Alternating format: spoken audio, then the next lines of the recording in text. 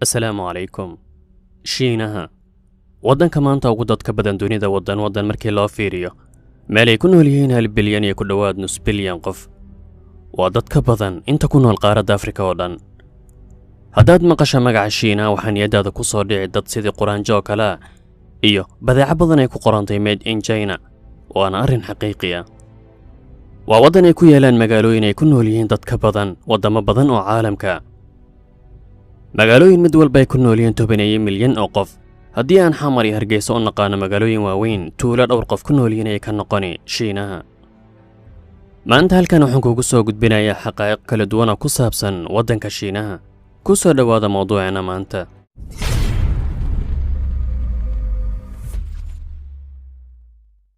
Shiinuhu wuxuu ka kooban yahay 22 gobol halka Hong Kong iyo Macau ay leeyihiin xukun hoosaad sarreeyo. waddanka intaasoo qof ay ku nool yihiin waxaa dabiici ah inuu aad u ballaaran yahay bad ahaan. waana waddanka afraad ee ugu dhulka weyn waddamada caalamka, bad gaarayo 9 milyan oo kiiloomitir square. Shiinuhu wuxuu leeyahay xeeb aad u dheer oo taxan masaafo gaaraysa 14,000 oo kiiloomitir kana soo bilaabata xuduudka Vietnam lagu geeyo xuduudka waqooyiga Kuuriya. waana inta badan qaybta bariya Shiinaha ee kulaalaysa badda.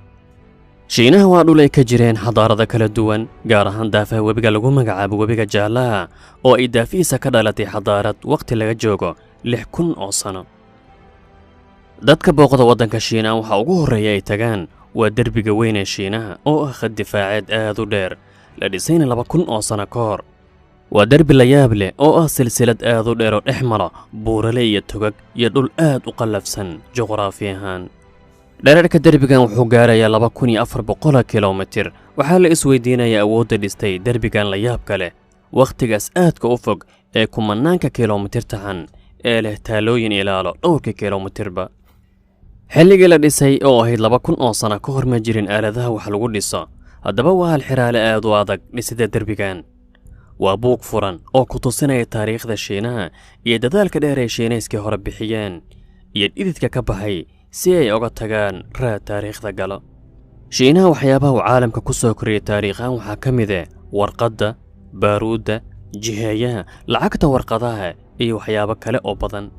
nidaamka maanta ka jira Shiinaha ama magac cusub ee loo yaqaan maanta Shiinaha ee ah Jamhuuriyadda Shiinaha ee Shacbiga waxaa la aasaasay 1949kii kadib markii Shuuciyiintu ay ka guulaysteen ciidankii lagu magacaabi jiray Kuomintang ee uu hogaamin jiray nin lagu magacaabo Chiang Kai-shek oo u cararay jasiiradda Taiwan. wuxuuna halkaas uga dhawaaqay Jamhuuriyadda Waddaniga ee Shiinaha.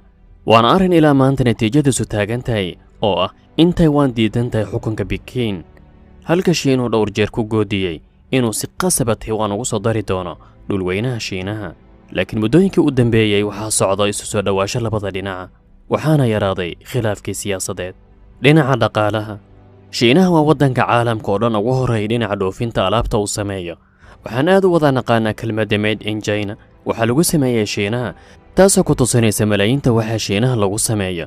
2011 Shiinuhu wuxuu noqday waddanka labaad ee ugu dhaqaalaha badan caalamka kadib markuu dhaafay Japan oo kaalintaas ku jirtay muddo aad u dheer. waxaa la sheegaa Maraykanka in qoys Maraykan ee isku dayay in uu muddo noolaado ayagoona isticmaalaynin wax Shiina lagu sameeyo, laakiin ay suurtageli weyday. Maraykan ayaa ka maarmi waayey waxyaabaha Shiinaha lagu sameeyo. dhinaca bulshada iyo deegaanka, dhibaatooyinka Shiinaha haysta waxaa ka mid ah farqiga dhaqaale ee u dhexeeya dadka magaalooyinka iyo kuwa miyiga ama beeralayda, taasoo keentay in malaayiin reer miyi iyo tuulaley ay u hayaamaan magaalooyinka waaweyn sida Peking. sidaas darteed Shiinaha waxaa caadi ka in la arka tuulooyin haawanaya, xitaa waxaa jiro magaalooyin waaweyn oo laga guuray oo cidla. dadku waxay aadeen magaalooyinka waaweyn ee fursadaha shaqo leh. magaalooyinka Shiinaha ee malaayiinta qof ku nool yihiin ee kumanaanka warshadna ku yaalaan waxaa dabiici ah inay ka dhalato cimilo xun iyo jawi wasaqaysan. waana mid ka mid ah dhibaatooyinka waaweyn ee haysta Shiinaha, wasaqowga hawada. haddii aan mar ka sheekaynayna Shiinaha waxaa laga maarmaan in aanan hilmaamin qadiyadda East Turkistaanta bari. laakiin maanta ma ahan. insha Allah mar ayaan ka diyaarinaynaa mawduuc dhammaystiran qadiyadda walaaleen muslimiinta ee goor ku nool Turkistaanta bari ee Shiinuhu xooga ku haysto. aan u soo gudubna dhacdooyin taariikhi oo ka dhacay Shiinaha intii u dhaxaysay 1700 ilaa 1046 ka hor qiyaastii dhalashadii Nabi Ciise calayhi salaam. shiinaha waxaa xukumi jiray qoyska Jang, waana dowladdii ugu horreysay ee la diiwaan geliyo taariikhda shiinaha.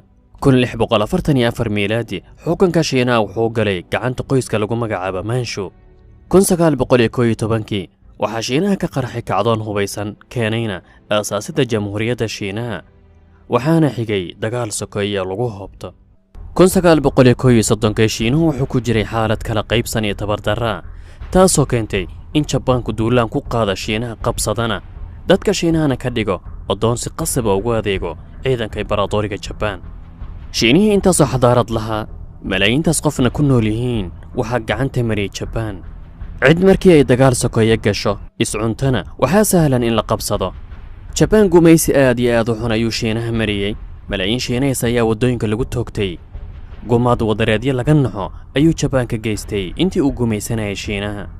aqwaamtaas indhayarta Kuuriyaanka, Jabaanayska iyo Shiinayska ma ahan dad naxariis leh markii laga hadlayo dagaal iyo cid ay qabsadaan ama ay gumaystaan. waxaa laga yaabaa dadka qaar inay u sacbatumaan canuga waqooyiga Kuuriya ayagoo isla Maraykanka ayuu lid ku yahay. haddii ummadahaas ay haysan lahaayeen awoodda Maraykanka ama galbeedka oo kale, dhulka qof socda ugumay tegi lahayn. Tataarka ayay wada dhasheen, wayna isu og yihiin. waana mid taariikhda ku qoran gumaadkay Jabaan ka geysatay bariga Aasiya. Jabaan intaanan lagu jabinin dagaalkii labaad ee adduunka waxay cadaabkan ugu xun marin jirtay ummado badan sida Filibiiniyiinta, Shiinayska, qayb ka mid ah Malaysiya. ilaa maanta Filibiiniyiintu mayna hilmaamin cadaabkii iyo gumaadkii uu mariyay sargaalkii Jabaanayska ee Tomoyuki Yamashita intii uu socday dagaalkii labaad ee adduunka. inaan qadiyadaas ku sii dheeraada ma rabo, laakiin waxaad ogaataan in indhayartaas wathaniyiinta ay ka naxariis xun yihiin galbeedka Masiixiga. sidaas darteed wax xikmada kuma jirto inaan u sacbatunno nidaamka shuuciga dulmiga badan ee waqooyiga Kuuriya. 1 Oktoobar 1949 hogaamiyihii shuuciga Shiinaha ayaa ku dhawaaqay dhalashada Jamhuuriyadda Shacbiga ee Shiinaha oo ah nidaamka maanta ka jira dalkaas.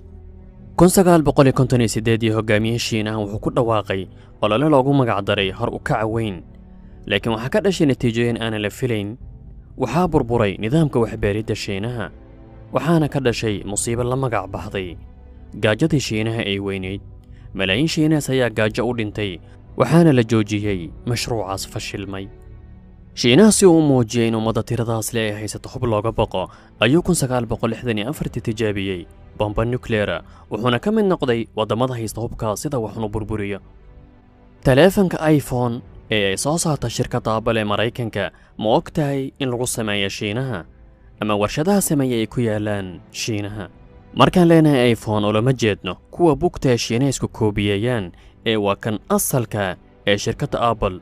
marka koobaad qalabka ay samayso Apple, gaar ahaan taleefanada casriga ee iPhone-ka, waxa uu ka samaysan yahay waxaa laga keenaa meelo badan oo daafaha dunida. taleefankaas aad gacanta ku hayso qalabka uu ka samaysan yahay waxaa lagu sameeyaa meelo kala duwan. tusaale, shaashadda moobilka iPhone-ka waxaa lagu sameeyaa Jabaan, gaar ahaan waxaa samaysa shirkadda Sharp. sidoo kale shirkadda LG ee Kuuriya ayaa shaashado u samayso shirkadda Apple, gaar ahaan taleefanadeeda iPhone-ka. qalabka kale ee ku jira gudaha taleefanka waxaa lagu sameeyaa Taiwan, gaar ahaan waxaa samaysa shirkadda TSMC. haddaba maadaama inta badan waxa uu ka samaysan yahay moobilka iPhone-ka lagu sameeyay Aasiyada bari, waxaa adag in alaabtaas loo raro Maraykanka si halkaas la isugu geeyo. waana arrin u baahan balaayiin lacaga qaadidiisa. haddaba shirkaddu waxay aragtay in Shiinuhu warshado iyo shaqaale raqiisa leeyahay, joogaanna injineero khibrad sare leh. sidaas darteed waxaa laga maarmaana in qalabka moobilka ka samaysan yahay lagu kulmiyo Shiinaha si ugu dambayn loo soo saaro moobilkaas tayada leh. haddaba waa maxay shaqada xarunta weyn ee shirkadda ee ku taalla California, Maraykanka, haddii moobilka lagu sameeyo Aasiyada bari? shirkaddu waxay samaysaa ama hawsheedu tahay waxa ugu muhiimsan oo ah dhiseen garaynta ama dejinta naqshadda moobilka inta aanan la samaynin horumarintiisa, sidoo kale suuqgeynta iyo nidaamka uu moobilka ku shaqeeyo. heer uu Trump yidhi waxaan ku taamayaa ama rajaynaya mar uu la hadlayay mas-uul ka tirsan shirkadda Apple inaan arko warshadaha shirkadda Apple oo ku yaala gudaha Maraykanka laga soo rarana Aasiya. dhinaca kale waxaa baryahan dambe soo tarayo dhaleecayn xun oo loo jeedinayo shirkadda Apple oo lagu eedeynayo in warshadeeda Shiinaha ee moobilada lagu sameeyo ay ka jiraan xaalado adoonsiya. in kumanaan shaqaale shiinaysa wax u eg addoonsi uga shaqeeyaan halkaas duruufo qallafsanna ka jirta halkaas mid ka mida warshadaha shirkadda Apple ee Shiinaha waxay gaaraysaa 9 garoon kubadeed oo la isku daray waxaana ka shaqeeya 50,000 oo qof oo 16 saac oo xiriir hawshoodu tahay isku xiridda kumanaanka qalab ee moobilka ka samaysan yahay maalgashiga iyo saamaynta dhaqaale ee Shiinaha waa mid maalinta ka dambaysay soo taraya Shiinuhu Afrika oo ah dhul aad u dihin ayuu gelinayaa maalgashi xooggan sidoo kale dhinaca siyaasadda wadamo badan oo ah xulafada Mareykanka ayaa u arka in Mareykanku kaliya fiirsanaya maslaxadiisa saaxiibtinimo joogto ahna lahayn sidaas darteed waxaad arkaysaa in wadamada qaar dhinaca Shiinaha u ruqaansanayaan sida Kuwait iyo kuwa kale oo Carbeed waxay leeyihiin Mareykan inaad hoos taagnaato xiriirkiinu ahaado addoon iyo sayidkii waxaan ahayn ma yaqaano waa kan Sacuudiga xulafada ku qasbay inuu bixiyo 400 bilyan oo dollar sidan ayuu u hadlay Trump markuu ka soo laabtay Sacuudiga We had to negotiate if you spend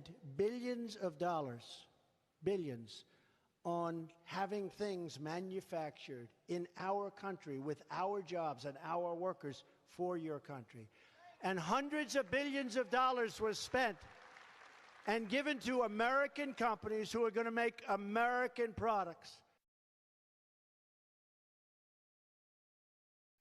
sida muuqata Shiinaha waa quwadda soo socota dhinac walba laakiin ma ahan mid naqusaysa waa mid Shiinaha uu leeyahay wax maslaxadiisa ka baxsan oo ma socdo dhinaca ciidanka Shiinaha waa wadanka caalamka kaalinta koobaad ku jira dhinaca tirada ciidanka lugta kama hadlayno horumarka teknoolojiyadda military ee waa tirada ciidanka dhulka Shiinaha wuxuu gaarayaa 1,600,000 oo askari laakiin markii lagu daro kuwa badda kuwa cirka wuxuu gaarayaa 2,300,000 oo askari waxaa sii dheer malaayiinta kaydka dhinaca ciidamada ugu xooggan caalamka kaalinta saddexaad ayuu ku jira waxaana ka horeeya Mareykanka oo kaalinta koobaad iyo Ruushka